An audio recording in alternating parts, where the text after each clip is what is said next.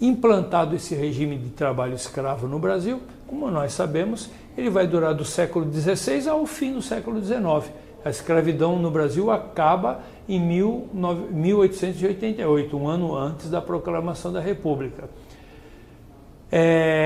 Não foi passiva, né, a atitude do negro africano perante a escravidão. A história do Brasil tem incontáveis episódios de fuga, incontáveis episódios de assassinatos dos feitores, dos patrões, incontáveis suicídios, né, o chamado banzo, né, ou mesmo mortes, milhares, dezenas de milhares de mortes provocadas pela depressão, isso proveniente da separação de filhos das mães, mulheres dos seus maridos, né?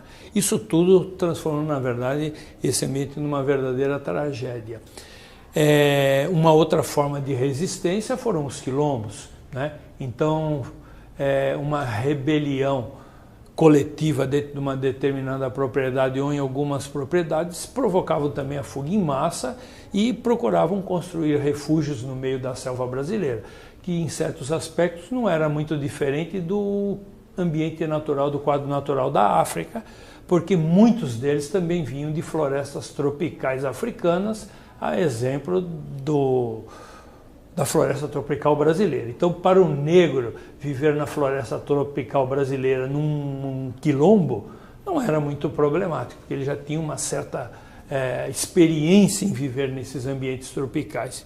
Então, os séculos da colonização e o primeiro século do Brasil independente, quer dizer, contando de 1822 a 1888, é um século de desigualdade, é um século de violência social e é um século de revoltas sociais, né?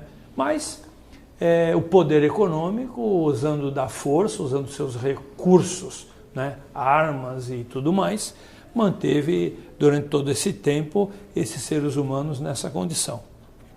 Sobretudo no século XIX, surge, antes mesmo da abolição, o movimento abolicionista, e esse movimento abolicionista ele se transforma em leis, que podemos dizer que inclusive são as primeiras leis reguladoras do regime de trabalho no Brasil.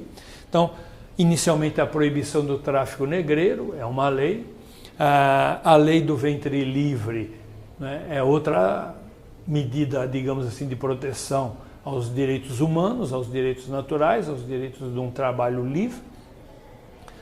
O direito dos sexagenários, né, também a não submissão dos idosos ao regime da escravidão.